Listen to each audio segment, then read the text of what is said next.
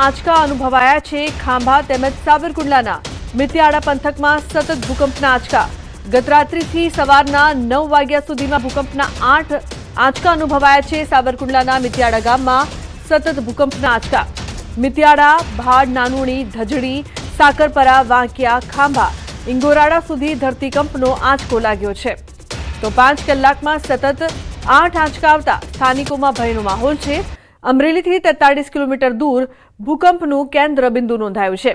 તો સવારે 4:15 વાગે 1.8ની તીવ્રતાનો આંચકો આવ્યો। 4:16 કલાકે 2.3ની તીવ્રતાનો આંચકો આવ્યો, જ્યારે 4:24 કલાકે 1ની તીવ્રતાનો આંચકો અનુભવાયો છે। રાજન જોડાયા છે વધુ માહિતી આપવા માટે। રાજન, જે પ્રકારથી ભૂકંપના આટલા આંચકા આવ્યા છે, શું માહિતી, શું વધુ વિગત આપની પાસે?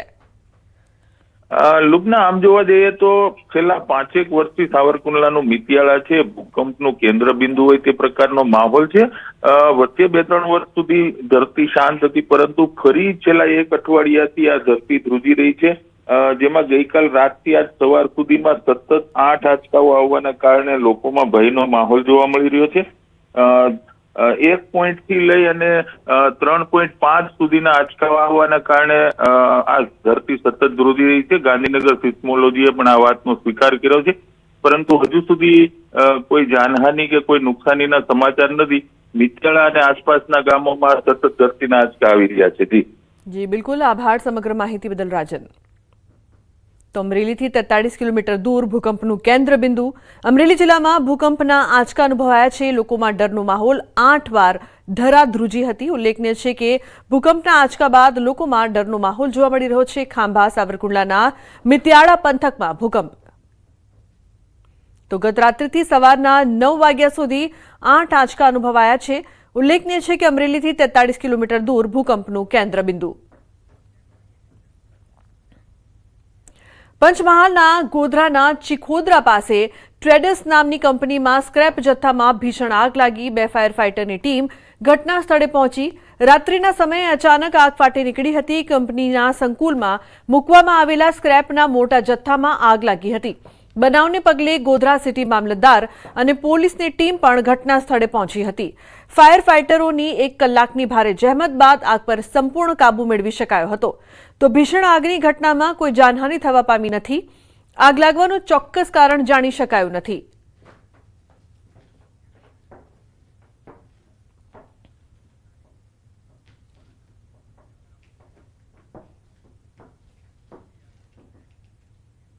સમાચારમાં આગળ વાત કરીશું સ્વરાજના સંગ્રામની।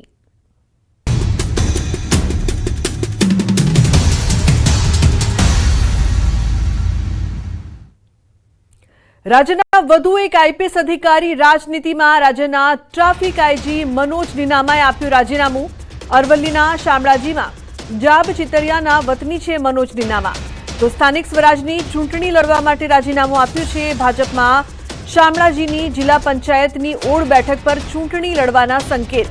તત્કાલીન સેન્સ પ્રક્રિયામાં પણ ગોપનીય રીતે નોંધાવી હતી દાવેદારી। જાહેર કર્યા વગર ભાજપમાંથી માંગી હતી ટિકિટ। તો વર્ષ 2006ની બેચના આઈપીએસ અધિકારી છે મનોજ નીનામા। મહત્વપૂર્ણ સમાચાર, વધુ એક આઈપીએસ અધિકારી રાજનીતિમાં આવશે। ટ્રાફિક આઈજી મનોજ નીનામાએ રાજીનામું આપ્યું છે। હાર્દિક જોડાયા છે ફોન લાઈન પર વધુ માહિતી આપવા માટે। હાર્દિક, શું વધુ વિગત છે આ સમગ્ર મામલે, જે પ્રકારથી આ ચર્ચાઓ થઈ રહી છે?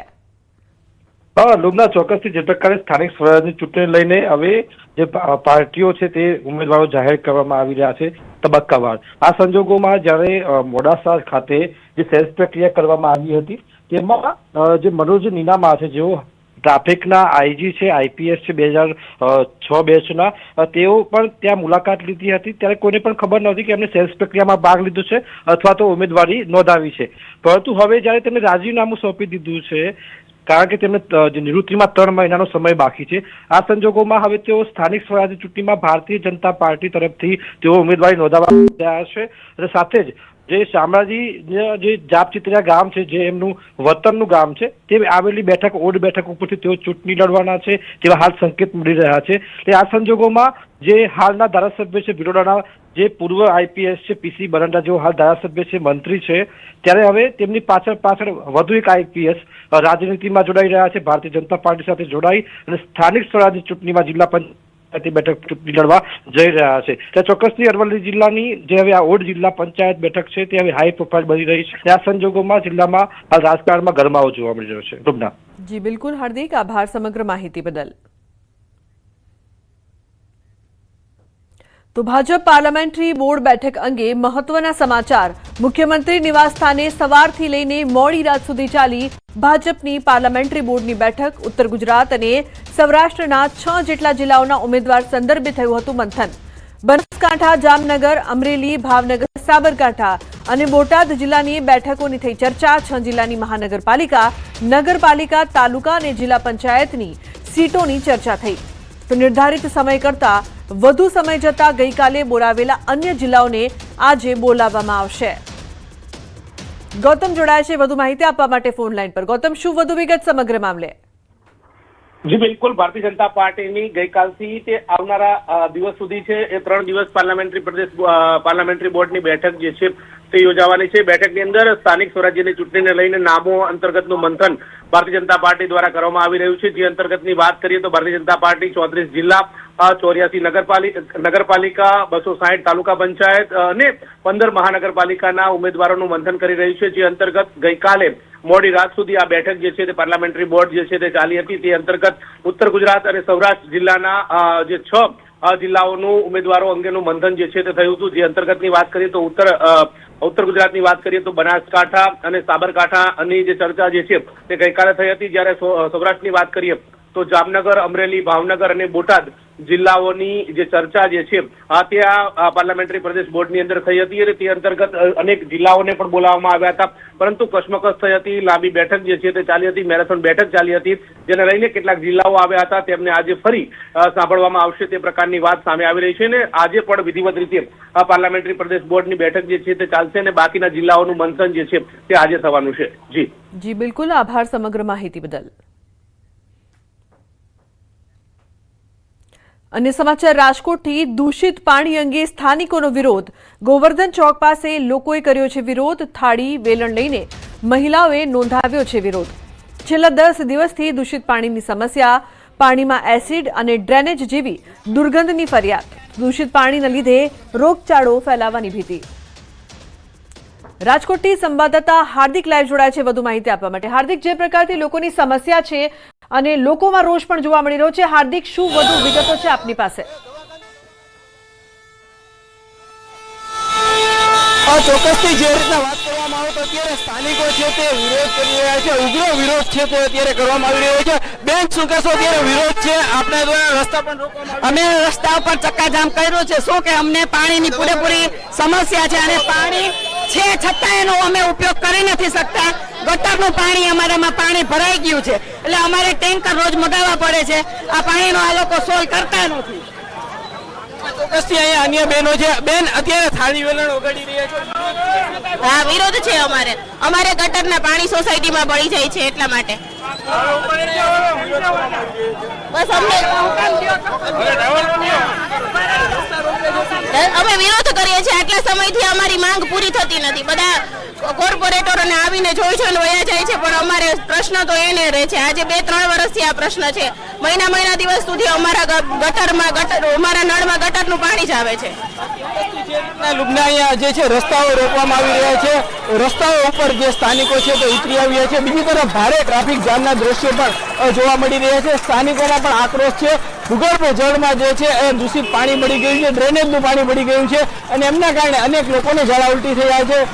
જે રીતના સ્થાનિક લોકો છે તેમને પણ ગંભીર આક્ષેપો કર્યા છે કે એક પણ કોર્પોરેટર તેમના વિસ્તારમાં નથી આવતા અને તેમને લઈને તેઓ છે તે જે અત્યારે અનેક સમસ્યાનો સામનો કરી રહ્યા છે. અનેક લોકો બીમાર પણ પડી રહ્યા છે. ચિલુબના. બિલકુલ હાર્દિક, આભાર સમગ્ર માહિતી બદલ. તો જે પ્રકારથી લોકો છે તે હંગામો કરી રહ્યા છે, રોગચાળાની ભીતિ સેવાઈ રહી છે, પણ એક પણ સ્થાનિક કોર્પોરેટર છે તે નથી આવી રહ્યું, તેમની સમસ્યાનું સમાધાન પણ નથી થઈ રહ્યું. ત્યારે તમામ મહિલાઓ છે તે દૂષિત પાણીને લઈને રોષિત જોવા મળી રહી છે, પોતાનો વિરોધ નોંધાવ્યો છે. રોગચાળાની ભીતિની વચ્ચે તાત્કાલિક ઉકેલ લાવવાની માંગ છે તે તમામ લોકો દ્વારા કરવામાં આવી રહી છે.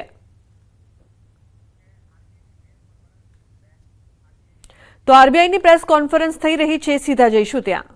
Pressure on currencies of major economies as the US dollar strengthened. while commodity prices such as of metal and gold have moderated, financial markets have become more volatile, equities registered a broad-based correction, sovereign bond yields already elevated due to long-run fiscal sustainability concerns, driven by inflation fears, have hardened across major economies. I now come to the decision of the Monetary Policy Committee. The Monetary Policy Committee met on 6th, 7th and briefly today in the morning of April to deliberate and decide on the policy repo rate. After a detailed assessment of the evolving macroeconomic and financial developments and the outlook, the MPC voted unanimously to keep the policy repo rate unchanged under the liquidity facility at 5.25%. Consequently, the STF rate remains at 5% and the MSF rate and the bank rate at 5.5%. The MPC also decided to continue with the neutral stance. I shall now briefly state the rationale for these decisions of the તો market expert જયદીપજી આપણી સાથે જોડાયા છે. જે પ્રકારથી Iran America વચ્ચે seize fire બાદ માર્કેટમાં તેજી જોવા મળી રહી છે, સૌથી પહેલા તેને લઈને આપની શું પ્રતિક્રિયા?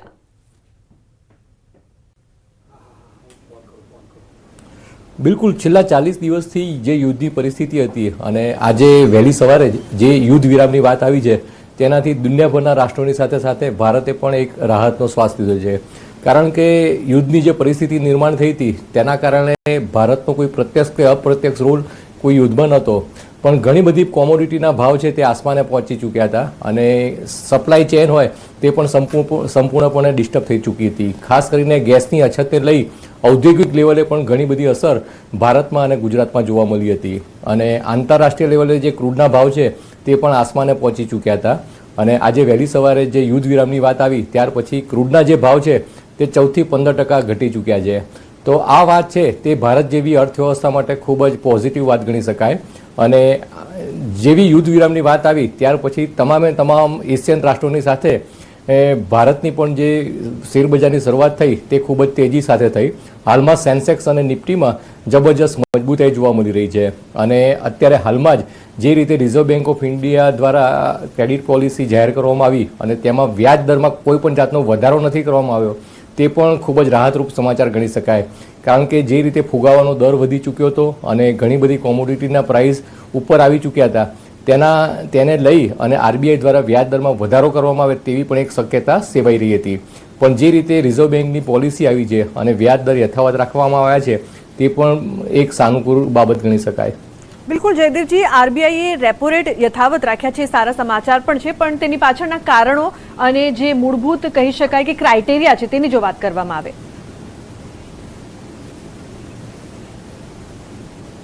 બિલકુલ, યુદ્ધની જ્યારે શરૂઆત નથી થઈ ત્યારે એપ્રિલ મહિનામાં જે આરબીઆઈની ક્રેડિટ પોલિસી આવે તેમાં વ્યાજ દરમાં ઘટાડો કરવામાં આવે તેવી એક શક્યતા સેવાઈ રહી હતી. પણ છેલ્લા 1 મહિના દરમિયાન યુદ્ધની પરિસ્થિતિને લઈ અને ફુગાવાનો દર વધી ચૂક્યો હતો તે પરથી આજે અપેક્ષિત જ હતું કે વ્યાજ દરમાં કોઈ પણ રાહત આપવામાં નહીં આવે. પણ યુદ્ધનો સમય જો લાંબા સમય સુધી ચાલે તો બની શકે કે વ્યાજ દરમાં વધારો કરવામાં આવે.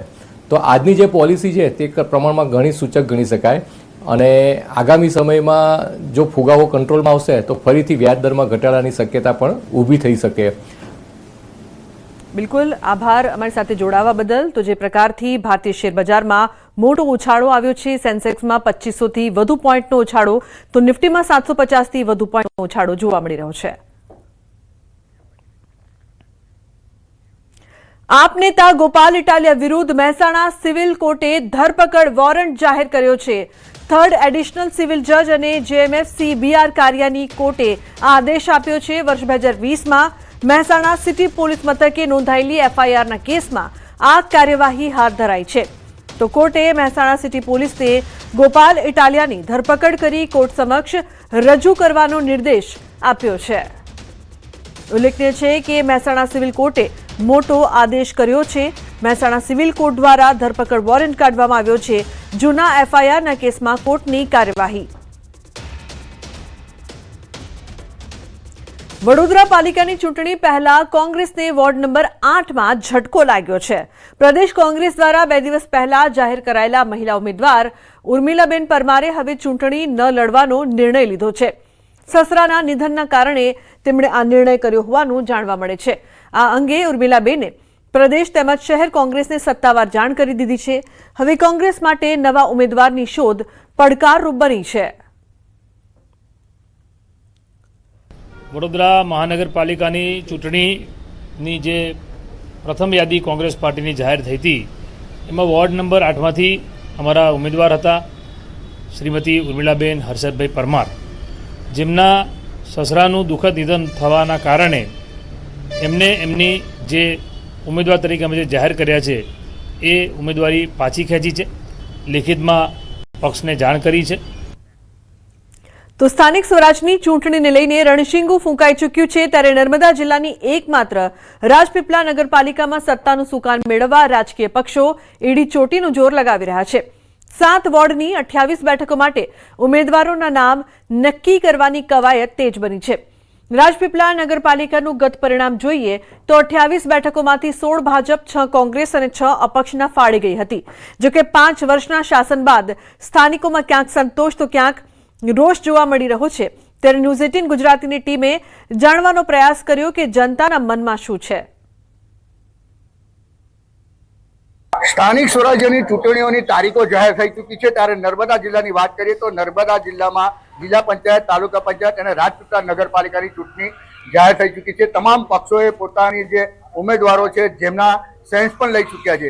હજુ ભાજપે નામ જાહેર નથી કર્યા, પરંતુ રાજપીપળાની વાત કરીએ તો રાજપીપળામાં એકમાત્ર નગરપાલિકા આવેલી છે અને આ રાજપીપળા નગરપાલિકામાં 5 વર્ષમાં ભાજપનું શાસન હતું. ત્યારે સ્થાનિકો જે છે એમને આ ભાજપના શાસનમાં કેટલી જે વિકાસ થયો છે અને કઈ કઈ બાબતો હજુ બાકી રહી ગઈ છે એમની સાથે વાત કરીએ. પ્રણાળુભાઈ, રાજપીપળા નગરપાલિકાનો કેવો વિકાસ 5 વર્ષમાં? રાજપીપળાના વિકાસમાં વાત કરીએ તો 5 વર્ષમાં ઘણો સારો વિકાસ થયો છે. રસ્તા, પાણી અને બધાની સુવિધા ખૂબ સરસ આપી છે, પરંતુ જે સ્વચ્છતા હોવી જોઈએ સ્વચ્છતા પૂરતા પ્રમાણમાં થઈ નથી. થઈ છે પણ 80% સ્વચ્છતા થઈ છે, 20% થોડી ખામી છે. ખાસ કરીને હવે નગરપાલિકાની 5 વર્ષની ફરી ચૂંટણી આવી રહી છે. કેવા ઉમેદવારો તમે પસંદ કરવા જઈ રહ્યા છો?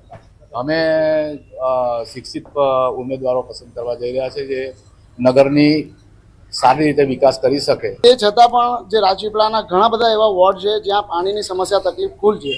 તમે જોઈ શકો છો કે ઘણી બધી ટાંકીઓ બનાવેલી છે પણ ત્યાંથી પાણી સ્વચ્છ આવતું નથી. ઘણી બધી વોર્ડમાં એ પ્રોબ્લેમ વારે એ પ્રોબ્લેમ આવે છે. વિકાસના કામો તો 50% જેવા થયા છે, રસ્તાઓના ને બધા થયા છે, પણ પાણીની સમસ્યા સૌથી મોટી છે. વાત કરીએ તો જે રાજપીપળા નગરપાલિકાના સ્થાનિકો હતા અને ખાસ કહી શકાય કે જે એકમાત્ર રાજપીપળા નગરપાલિકા આવેલી છે. આ રાજપીપળા નગરપાલિકામાં અનેક જે રોડ રસ્તા તો બની ચૂક્યા છે પરંતુ મોટી સમસ્યા પાણીની પણ છે, ભૂગર્ભ ગટર યોજનાની પણ છે. ત્યારે હજુ પણ જે સ્થાનિકો જે છે એ સારા કોર્પોરેટર લાવે, શિક્ષિત હોય એવી આશા રાખી રહ્યા છે. દીપક પટેલ, ન્યૂઝ 18 ગુજરાતી, નર્મદા. તો સ્થાનિક સ્વરાજની ચૂંટણીના પડઘમ વાગી ચૂક્યા છે. ત્યારે અમરેલી જિલ્લામાં 6 નગરપાલિકાઓની ચૂંટણી પૈકી ધારી નગરપાલિકાની ગ્રામ પંચાયતમાંથી પાલિકાનો દરજ્જો પ્રાપ્ત કર્યા બાદની આ પ્રથમ ચૂંટણી છે, જેના કારણે સૌ કોઈની તેના પર નજર છે. ત્યારે રાજકીય ગરમાવો પણ જોવા મળી રહ્યો છે. ત્યારે વર્ષોથી ખરાબ રસ્તા, ગ્રામ પંચાયત સમયના અધૂરા કામો અને વહીવટી તંત્રની નિષ્ક્રિયતા સામે લોકોમાં ભારે રોષ જોવા મળી રહ્યો છે.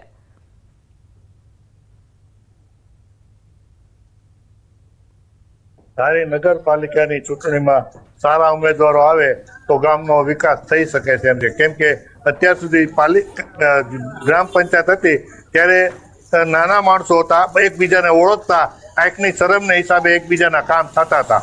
ને હાલમાં જે આ છેલ્લા 1.5 વર્ષ જે પાલિકા આવી છે વહીવટદાર તરીકે, તો અત્યારે કોઈ વહીવટદારો કરતા એટલા એના બધા કારકુનો, સભ્યો એટલા બધા ઓલા થઈ ગયા છે. ઉમેદવાર તો એવો જોઈએ કે અત્યારે માનો કે ધારી ગામની આ મેન બજાર છે, અહીંયા અમારી જૂની શાક માર્કેટ હતી અને તમે બતાવો અત્યારે શાક માર્કેટની હાલત શું છે. અને આ જ ગ્રાઉન્ડ આ નગરપાલિકાની જગ્યા છે, તો નગરપાલિકા એવી વ્યવસ્થા કરી દે કે આ ગ્રાઉન્ડમાંથી શાક માર્કેટ આવે, આ નાના માણસો અહીંયા ધંધો કરે. ચૂંટણી આવે છે, મારે તો એવું કહેવાનું કે પહેલા અમારે જયારે ગ્રામ પંચાયત હતી ધારી ગામમાં, ધારી ગ્રામ પંચાયત હતી, તે અમારે મસ્ત ફર્સ્ટ ક્લાસ એક ગોંદરો હતો, ફરતે પતરા હતા, ગેટ હતો, કોઈ પણ ઢોર ઢાકર બહાર નીકળી ના શકતા, કોઈ પબ્લિકને હેરાન ના કરતા. પણ અત્યારે જયારે ધારી નગરપાલિકા બની છે તો ડિમોલિશન કરીને ગોંધળો તોડી નાખવામાં આવ્યો છે. ધારીની હાલત એટલી બધી ખરાબ છે, ગટરો માટે, નળ માટે, પાણી માટે, કોઈ પણ સાફ સફાઈ માટે છે નહીં. ધારીમાં બાથરૂમ ટોયલેટ છે નહીં ક્યાંય. પબ્લિક એટલી બધી હેરાન થાય છે એની વાત જ જવા દો. પોરબંદર મહાનગરપાલિકાની ચૂંટણીનો જંગ જામી રહ્યો છે ત્યારે શહેરના વોર્ડ નંબર 2 એટલે કે ખાપટ વિસ્તારના મતદારોમાં ભારે રોષ છે. છેલ્લા 10 વર્ષથી આ વિસ્તારના રહીશો રસ્તા, પાણી અને ગટર જેવી પ્રાથમિક સુવિધાઓ માટે વલખા મારી રહ્યા છે. દર વખતે ચૂંટણીમાં વચનો આપીને જતી રાજકીય પાર્ટીઓ સામે આ વખતે જનતા આકરા પાણીએ છે. સ્થાનિકોનો આક્ષેપ છે કે છેલ્લા એક દાયકાથી અહીં નવા રસ્તાઓ બનાવવામાં આવ્યા નથી. વર્ષોથી પડતર પ્રશ્નોનો ઉકેલ લાવવાને બદલે માત્ર આશ્વાસનો જ મળ્યા છે. અમે 15 વર્ષથી અડીએ, 4 વર્ષથી બિલકુલ ખરાબ હાલત છે અમારી. 15 વર્ષમાં 4 વર્ષથી કન્ટિન્યુઅસ પાણી ઘરમાં સંડાસના બાથરૂમના બધા ગળે છે. અમે 10 થી 15 દિવસ તો રહી નથી શકતા ચોમાસામાં. જેમ બને એમ વહેલું તમે આ પાણીનો નિકાલ કરો, ગટરનો નિકાલ કરો, એ અમારી માંગણી ખાસ છે. રોડનું કરો. આ વોર્ડમાં સમસ્યા માત્ર રસ્તા સુધી મર્યાદિત નથી. ચોમાસું આવતા જ મીરાનગર, પારસનગર તથા ખાપટના મોટાભાગના વિસ્તારો બેટમાં ફેરવાઈ જાય છે. વરસાદી પાણીના નિકાલની યોગ્ય વ્યવસ્થા ન હોવાથી પાણી ભરાઈ જવાની સમસ્યા વર્ષો જૂની છે. તેવામાં ગટર લાઈનો ઉભરાતા ગંદકીનું સામ્રાજ્ય ફેલાય છે, જેનાથી રોગચાળાનો ભય સતત સતાવે છે. આજે 4 વર્ષથી તો કન્ટિન્યુ ગટરું છે, રસ્તા છે, બધું તોડી નાખ્યું છે. આજે કરીએ, કાલે કરીએ, કાલે કરીએ, આજે કરીએ, આટલી વાર જોઈ જાય છે તો હું એને નથી દેખાતું. અત્યારે તમે બારે રસ્તા કરો છો, બારે બધું કરો છો તો અંદરની પબ્લિકનું પણ જરા જો.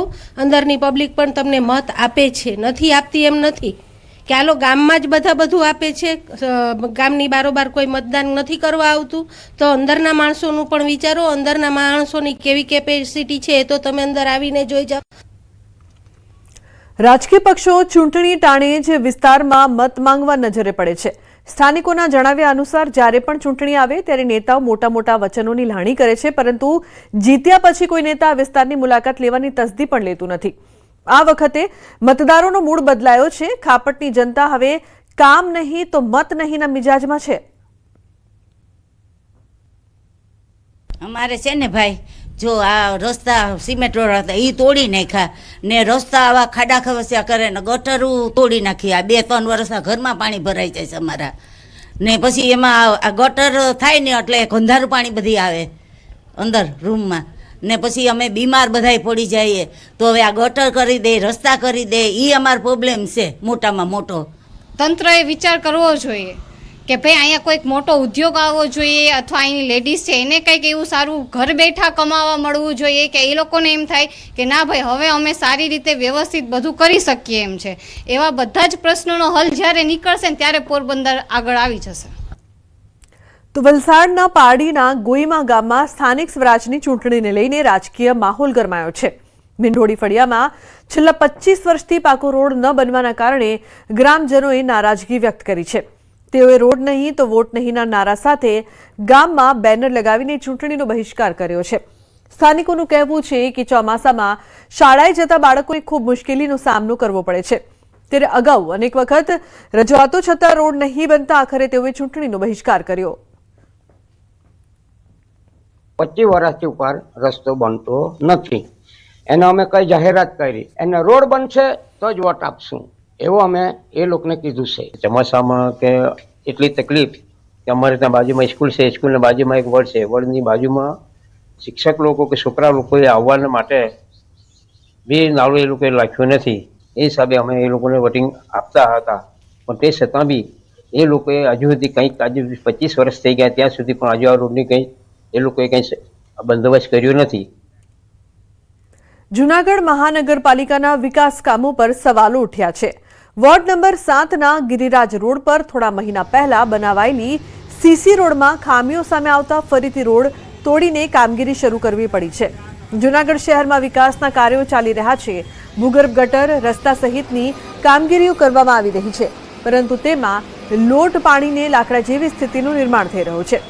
સ્થાનિકોનો આક્ષેપ છે કે કોન્ટ્રાક્ટરોની બેદરકારીના કારણે રોડમાં ખામી રહી ગઈ, જેના કારણે હવે ફરી રોડ તોડવો પડ્યો છે. આ રસ્તો 3 મહિના પહેલા બનાવ્યો હતો, આજે 3 મહિના નથી થયા ત્યાં તોડવો પડ્યો, પાણી ભરાતું હતું એટલે રોડ નીચે રહી ગયો હતો. પછી ઈની રોડ ઉપર પાછો ટીકડા મારે. અહીંયા અમારે થોડા સમય પહેલા રોડ બનેલો હતો.